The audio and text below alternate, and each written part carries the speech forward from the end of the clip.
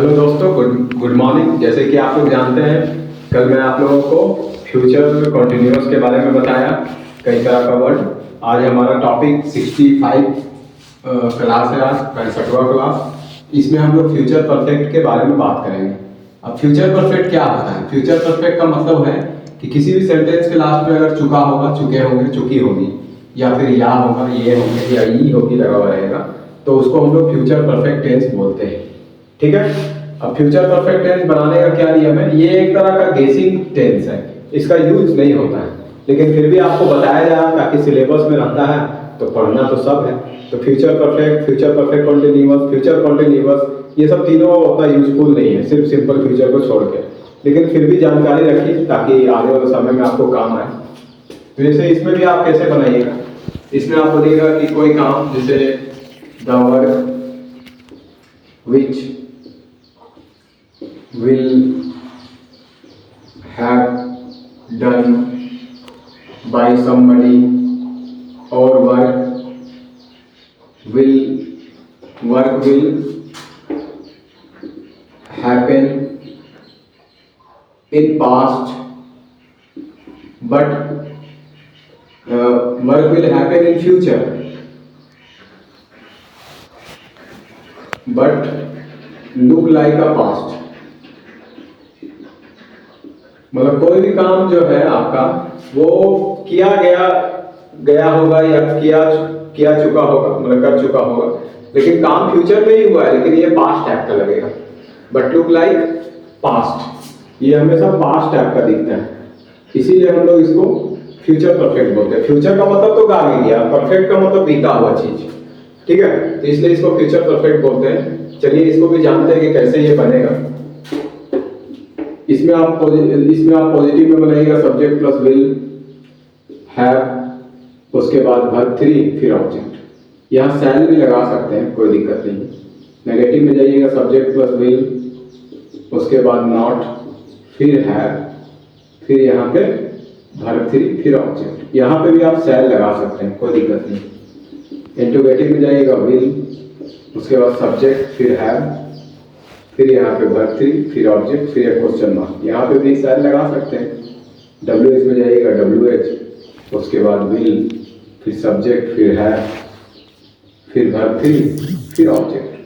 इस तरह से WH तक बनाए जा सकते हैं। ठीक है, तो ये ज़्यादातर गेसिंग वर्ड है, मतलब ये खुद पे नहीं बनाया जाएगा, ये दूसरों पे बनाया जा सकता है। जैसे आप बोलिएगा, इसमें टाइम भी जोड़ सकते हैं, आप टाइम वगैरह भी जोड़ सकते हैं, समय। अब इसमें टिल या अनटिल का भी काम कर सकते हैं। इसका मतलब होता है तक, टिल या अनटिल का मतलब। अब जैसे आप बोलिएगा, वाह 10 बजे तक रांची पहुंच चुका होगा। मतलब आप घर में हैं 10 बजे तक, लेकिन आपका भाई 8 बजे रांची निकला है, 2 घंटा लगता है, तो आप अपना गेसिंग कर रहे हैं, वो अभी 10 बजे तक रांची पहुंच चुका होगा, उसके बाद टाटा का गाड़ी पकड़ लेगा। तो इसीलिए इसमें गेसिंग टाइप का बनना कि he will have reached Ranchi, कब तक? तो टिल 10 o'clock। इस टाइप से ये बन गया। अब इसे आप बोलिएगा, वे लोग सुबह तक काम खत्म कर चुके होंगे। इसमें भी देखिए आपको गेसिंग लगा, वे लोग सुबह तक काम खत्म कर चुके होंगे, मतलब आप अपना घर में बैठे हुए, कोई गांव में आपका काम कर रहा है, तो उसके लिए हम लोग इस बात बोल रहे हैं कि वे लोग सुबह तक काम खत्म कर चुके होंगे और अब शाम को घर भी वापस चले जाएंगे। तो they will have completed work, कब तक? तो टिल मॉर्निंग। अब आप बोलिएगा सर अनटिल कहाँ लगेगा? तो अनटिल भी कभी कभी लग सकता है डे वगैरह के साथ, कोई दिक्कत नहीं, इसमें कोई कंफ्यूजन नहीं है, जहां माने वहां लगाइए। अब इसे आप बोलिएगा, क्या वह मैच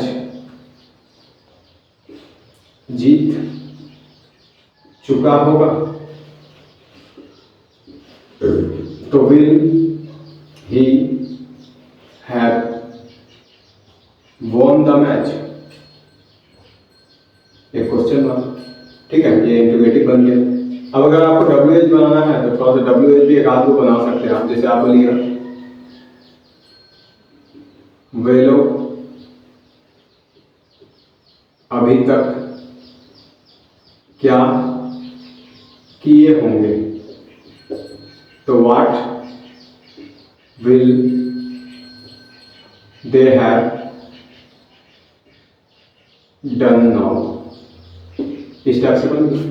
तो ये फ्यूचर परफेक्ट में आपको ज़्यादातर अपने पे नहीं बोलना है, दूसरों पे बोलना है, दूसरों पे लगा के बोलना है, कोई और दोस्ती यारी का नाम पे भी बोलना है। जैसे मान लीजिए रमेश आपका दोस्त है तो रमेश पे बोलिए कि Ramesh will have reached Ranchi till now, Ramesh अभी तक रांची पहुंच चुका होगा।